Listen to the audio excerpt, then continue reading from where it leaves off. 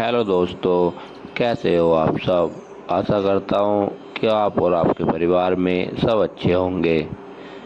आज का यह क्रमांक नीम करोली बाबा ने टेलीफोन बाबा को भगवान को फ़ोन लगाने को कहा। तो कहानी को पूरा सुनी। नीम करोली बाबा चमत्कारी संत थे, लेकिन वो इसको जाहिर नहीं होने देना चाहते थे।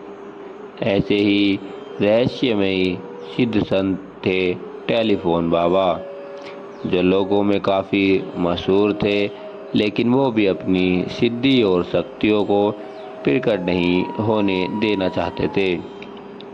इसके लिए ये लीला करते थे, लेकिन कई बार इनकी भविष्यवाणियाँ सच साबित हुईं और कई बार इनके उपायों ने लोगों की जान बचाई।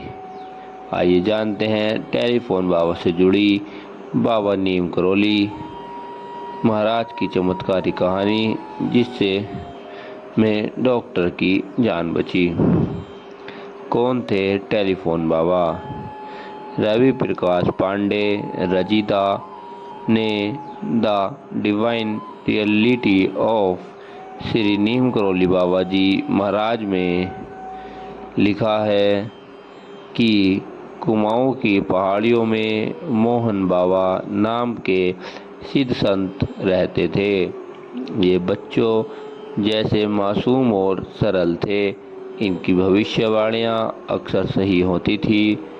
किंवदंती है कि ये भगवान से टेलीफोन पर बात करते थे। इसी कारण लोग इन्हें टेलीफोन बाबा के नाम से जानते थे।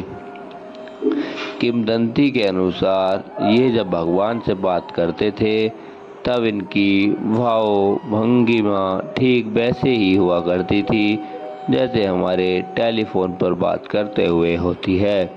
हालांकि दूसरी भारतीय संतों की तरह ही ये भी अपने दिव्य शक्तियों को छिपाने के लिए लीला करते थे। नीम करोली बाबा की लीला। रवि प्रकाश पांडे के अनुसार आगरा मेडिकल कॉलेज के गायनकोलॉजिस्ट डॉक्टर नवल किशोर श्री बाबा श्री नीम करोली महाराज के भक्त थे। बाबा में उन्होंने नैनीताल के राम से अस्पताल को ज्वाइन कर लिया।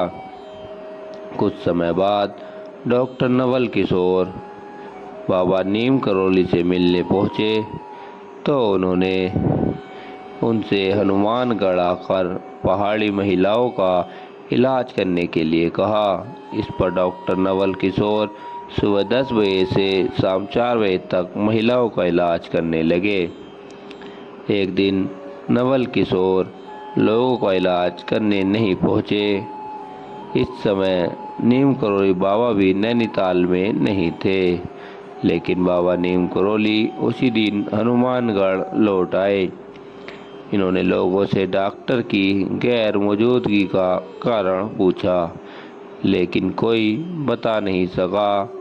उसी शाम को नीम करोली उसी दिन हनुमानगढ़ लौट आए। इन्होंने लोगों से डॉक्टर की गैर मौजूदगी का कारण पूछा, लेकिन कोई बता नहीं सका।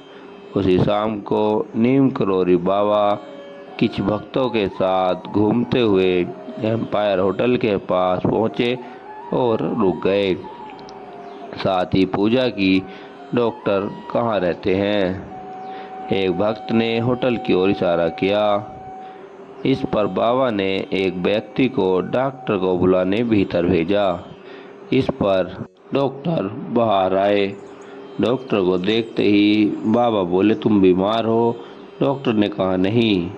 इस पर बाबा ने फिर कहा कि तुम्हें सर्दी है। डॉक्टर ने उत्तर दिया, बस यह एक सामान्य सर्दी है। इस पर बाबा ने एक डंडी ली और डॉक्टर को खुद को रोम से अस्पताल में भर्ती कराने के लिए कहा।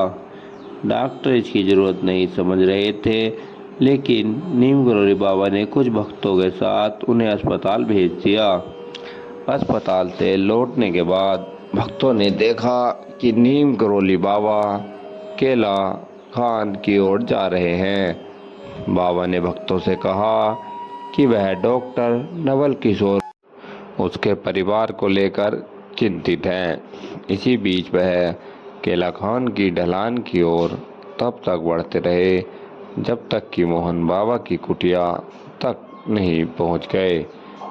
मोहन बाबा ने भगवान विष्णु को टेलीफोन कर डॉक्टर के बारे में बताने के लिए कहा। इस पर मोहन बाबा ने फ़ोन लगाने की भावभंगिया बनाई। उन्होंने नारद जी को फ़ोन लगाया था और उनसे कहा कि नीम करोली बाबा भगवान विष्णु से बात करना चाहते हैं। जैसे दूसरी ओर से नारद जी ने उत्तर दिया कि भगवान विष्णु देवी लक्ष्मी से बात कर रहे हैं, उनसे बात नहीं हो सकती।